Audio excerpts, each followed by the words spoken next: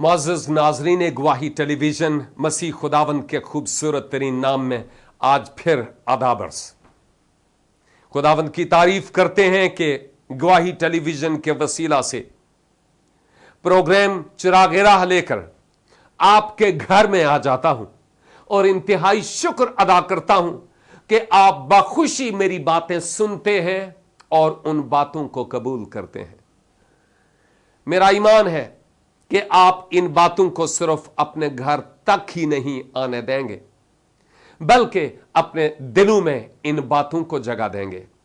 ये बहुत अहम तरीन बातें हैं मेरी और आपकी बेहतरी के लिए, बहबूद और तरक्की के लिए, ताकि खुदावंद का नाम मेरे वसीला से और आपके वसीला से जलाल पाता हुआ नजर आए।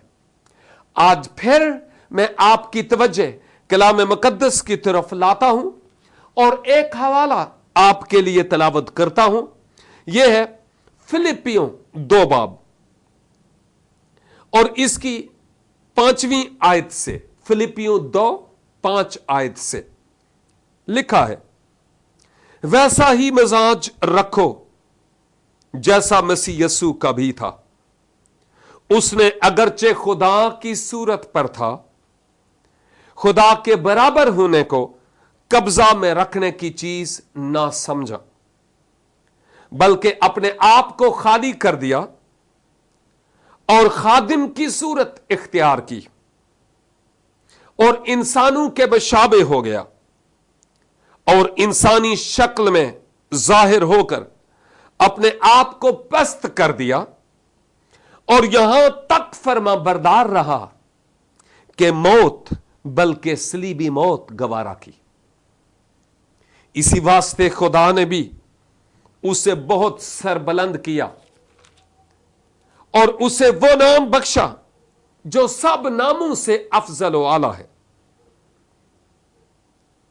ताकि यस्सु के नाम पर हर एक घुटना झुके, खा आसमानियों का हो, खा जमीनियों का, खा उनका जो जमीन के नीचे हैं, और खुदा बाप के जलाल के लिए हर एक जबान इकरार करे कि यीशु मसीह खुदावंद है।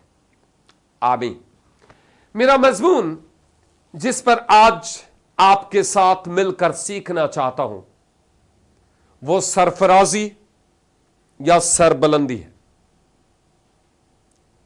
और मैं आपको बताना चाहता हूं सरफराजी और सरबुलंदी ना तो मशरक की तरफ से आती है ना ही मगरब की तरफ से आती है। सरफराजी और सरबुलंदी खुदा की तरफ से आती है। यह बड़ी अहम बात है। सरफराजी और सरबुलंदी खुदा की तरफ से आती है। ज़बूर 127 उसकी पहली 2 आयत में बड़े क्लियर अल्फाज में लिखा हुआ है कि अगर खुदा ही घर ना बनाए तो बनाने वाले की मेहनत अब्स है। क्या मतलब है कि अगर खुदा ही सरफराज न करे तो हमारी सरफराजी के लिए कोशिशें नाकाम। क्या हमारी खुदा कोशिशों की परवाह नहीं करता? वह करता है, लेकिन जब हम गलत मौक़िफ़ के तहत, गलत मकसद के तहत कोशिश करते हैं तो फिर खुदा उसको कबूल नहीं करता। लेकिन अगर हमारा दिल खुदा के साथ रास्त है और फिर सरफराजी और सरबुलंदी के लिए काम करते हैं तो खुदा हमारी सुनता, हमारी मदद करता और हमारी रहनुमाई करता है। यह वो सदाकत है जो कलाम खुदा में मैं सीखता हूं, मेरे लिए भी और आपके लिए भी है। गोया सरफराजी और सरबुलंदी खुदा की तरफ से मिलती है। माजी में मैं पहले यूसुफ का जिक्र कर चुका हूं, किस तरह से उसको पस्त किया गया, किस तरह उसको कुएं में फेंका गया, रद्द किया गया, बेचा गया। एक गुलाम की हैसियत से इस्माइलियों के काफले के हाथ बेच दिया गया, मिस्र में बतौर गुलाम रहा। झूठे इल्जाम के सबब से कैद खाना तक पहुंच गया, लेकिन चूंकि उसका दिल खुदा के साथ रास था, बदी से समझौता नहीं किया, यही सबब था कि उस पस्त हुए शख्स को ऐसी सरफराजी मिली कि वो मुल्क मिस्र का दर्जा दूम का हाकम बन गया, वजीर आजम। क्या हैसियत थी उसकी? कुछ भी नहीं, एक गुलाम। लेकिन खुदा कहां कंगाल को घूरे से निकालकर अपने साथ तख्त पर बैठाता है, कहां से पस्ती से उठाया और कहां उसको सरफराजी बख्शी। क्या आपने पहले मेरे वसीला से यह बात नहीं सुनी थी कि हमारा खुदा नेस्त से हस्त करना जानता है? हम जो कुछ भी नहीं होते, कुछ बनाने में वो माहिर है। चुनाचे ये सिर्फ यूसुफ की ही बात नहीं, दानिएल के बारे में भी मैं कहूंगा। दानिएल और उसके 3 साथी, जिनमें मीसाइल, अजरिया और हननिया थे। अफसोस कि ये जो उनके असल नाम हैं, इन नामों को हम कम जानते हैं, अव्वल तो जानते ही नहीं।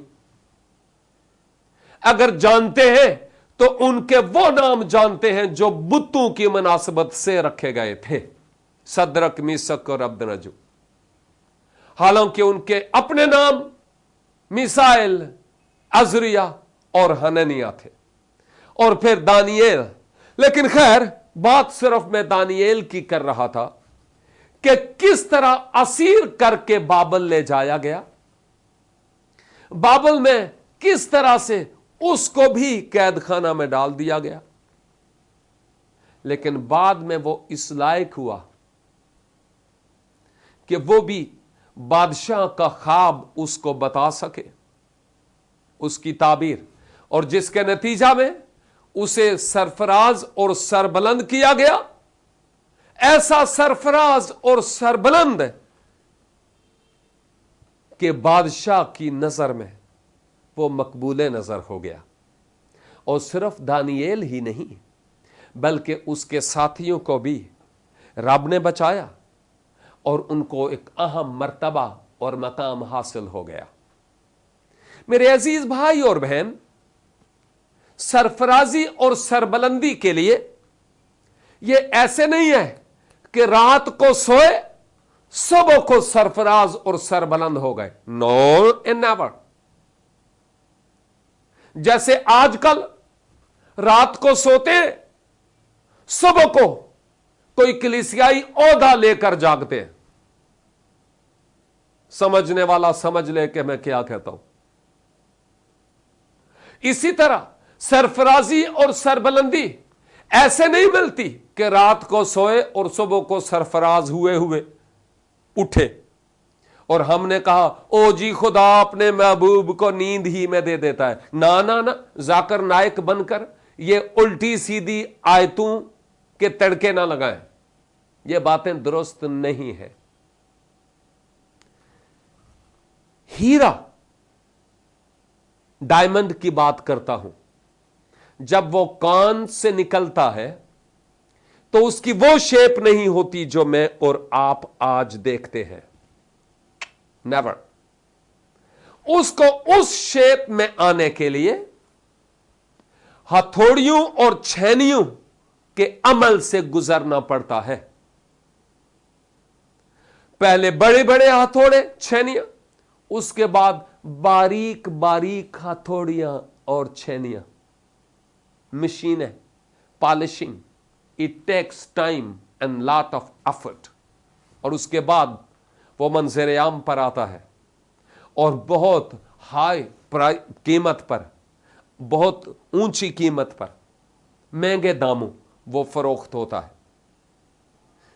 क्या था? एक आम पत्थर हीरा और फिर उसको इतना खास बना दिया गया कि इंतहाई महंगे दामों वो फरोख्त हो रहा है। तो मैं ये बात कहते हुए क्या कह रहा हूं कि वहां जाने के लिए उसको एक खास प्रोसेस से गुजरना पड़ा। अगर आज आप इस शख्स का नाम सुनते हैं या जानते हैं, ये ऐसे ही नहीं हो गया। तकरीबन 25 बरस यहां तक पहुंचने के लिए लगे। मैं किन किन मुश्किलात से दो चार हुआ, किन किन हालात से गुजरा, कब कब मेरी आंखों से आंसू बहे, किस किस किस्म की दुश्मनियां मोल ली, अपनों और बेगानों की बातें सुनी, यह मामूली बात नहीं है। जब तक खुदावंद का हाथ हम पर न हो हम कुछ भी नहीं। और खुदावंद का हाथ मुझ पर था जिस सबब से कुछ था, और इसके लिए मैं खुदा के नाम को जलाल देता हूं। लेकिन मैं आपको यह बात बताना चाह रहा हूं कि यूसुफ को सरफराजी मिली क्योंकि वो खुदाबंद के साथ था। दानिएल को सरफराजी मिली क्योंकि वो खुदाबंद के साथ था। मैंने खुदा के साथ होने की कोशिश की। अगर आप खुदा के साथ होने की कोशिश करेंगे, खुदा आपको सरफराज करेगा, क्योंकि फिलिपियों में जो हवाला तलावत किया गया, उस तलावत में अपने आप को हलीम और फरोतन बनाने का, पस्त होने का सबसे पहला नमूना खुदा बजाते खुद देता है। और इस हवाले पर हम बात करते हैं। छोटी सी ब्रेक लेते हैं, देखते रहिए प्रोग्राम चरागेरा।